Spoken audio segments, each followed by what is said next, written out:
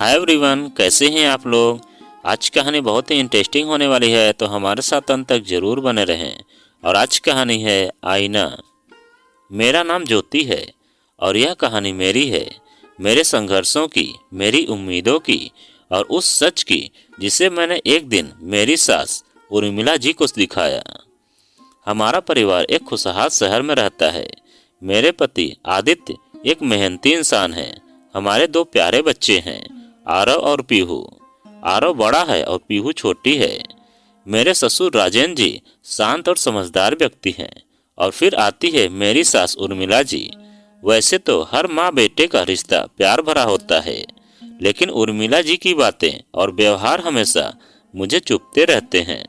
उनकी बातों में एक कड़वाहट होती है जो अक्सर मुझे नीचा दिखाती थी। हमारी शादी को 10 साल हो गए हैं। शादी के शुरुआती दिनों में मुझे उम्मीद थी कि सब ठीक हो जाएगा, लेकिन धीरे धीरे मुझे समझ आ गया कि यहाँ पर मुझे हमेशा बहू ही माना जाएगा, बेटी नहीं। उर्मिला जी हर काम में अपनी राय देती थी और मेरी राय को हमेशा गलत साबित करने की कोशिश करती थी।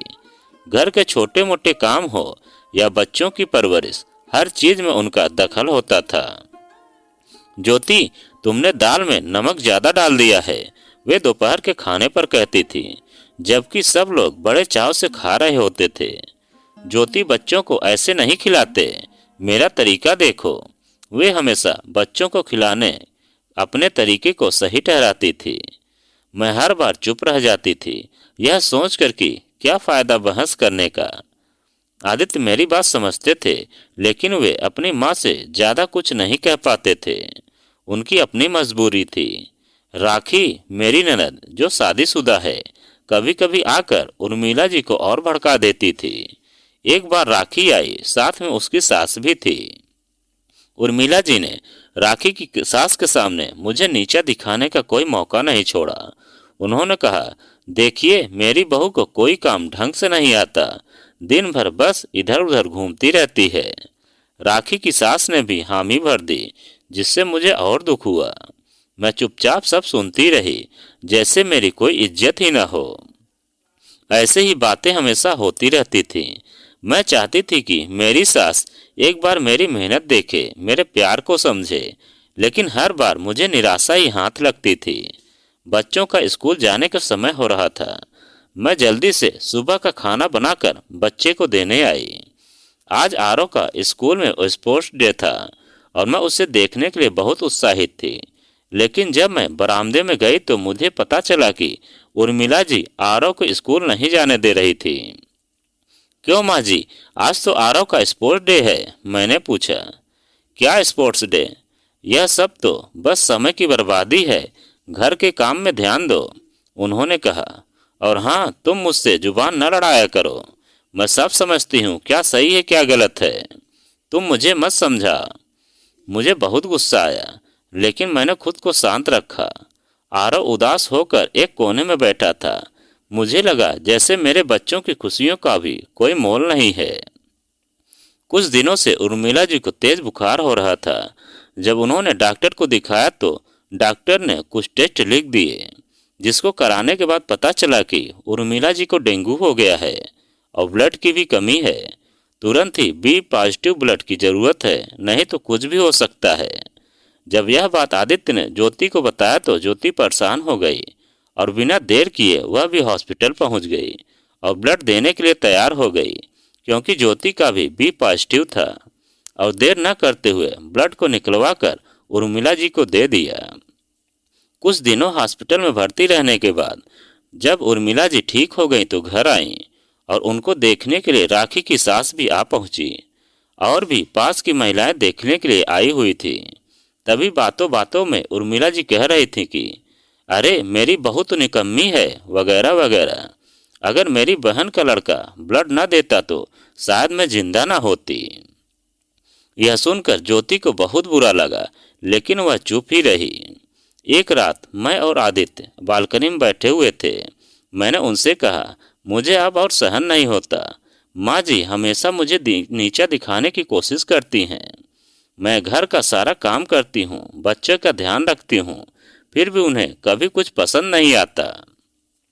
आदित्य ने मेरा हाथ पकड़कर कहा, मैं समझता हूँ ज्योति, मैं जानता हूँ कि तुम्हारे साथ गलत हो रहा है, लेकिन तुम जानती हो कि मैं अपनी माँ को कुछ नहीं कर सकता। लेकिन कब तक? मैंने पूछा। मुझे भी तो कोई सम्मान चाहिए। मैं कोशिश करूंगा कि माँ को समझा सकूं, आदित्य ने कहा। लेकिन मुझे पता था कि यह आसान नहीं होगा। उर्मिला जी को बदलना मुश्किल था। फिर एक दिन ऐसा कुछ हुआ जिसने मुझे बदलाव लाने का साहस दिया। हमारे घर के पास एक सामाजिक कार्यक्रम था। हर साल की तरह इस बार भी वहां पर महिला सशक्तिकरण पर एक कार्यक्रम आयोजित किया गया था। उस कार्यक्रम में कई समाज सेविकाएं आई हुई थीं, जो अपनी सफलता की कहानियां सुना रही थीं। कुछ महिलाओं ने बताया कि कैसे उन्होंने अपने परिवार को संभाला और समाज में अपनी जगह बनाई। उर्मिला जी भी मेरे साथ उस कार्यक्रम में आई थी। वह सब के बारे में, औरतों के बारे में गलत राय दे रही थी। जब कार्यक्रम समाप्त हुआ तो उसने कहा, ये सब बातें सिर्फ कहने की होती हैं, औरतें कभी भी बराबर नहीं हो सकती। उस दिन मैंने फैसला कर लिया कि अब मैं चुप नहीं रहूंगी। अगले दिन मैंने एक योजना बनाई। मैंने आदित्य की मदद से एक विशेष कार्यक्रम आयोजित किया। मैंने परिवार के सभी सदस्यों को इकट्ठा किया और उनसे कहा, आज मैं आप सबके सामने कुछ बातें कहना चाहती हूँ। उर्मिला जी ने मेरी तरफ देखा और कहा, क्या है, आज क्या नया नाटक है? मैंने कहा, आज मैं आपको एक सच का आईना दिखाना चाहती हूँ माँ जी। मैंने उर्मिला जी के लिए एक वीडियो तैयार किया था। उस वीडियो में घर के काम करने से लेकर बच्चों की देखभाल तक हर वो काम दिखाया गया था जो मैं करती थी। और वीडियो में उन पलों को भी दिखाया गया था जब ज्योति ने उर्मिला जी को ब्लड दिया था, और यह भी दिखाया कि वह मुझे कैसे नीचा दिखाती थी। वीडियो देखकर उर्मिला जी हैरान रह गईं। उनकी आंखें नम थीं।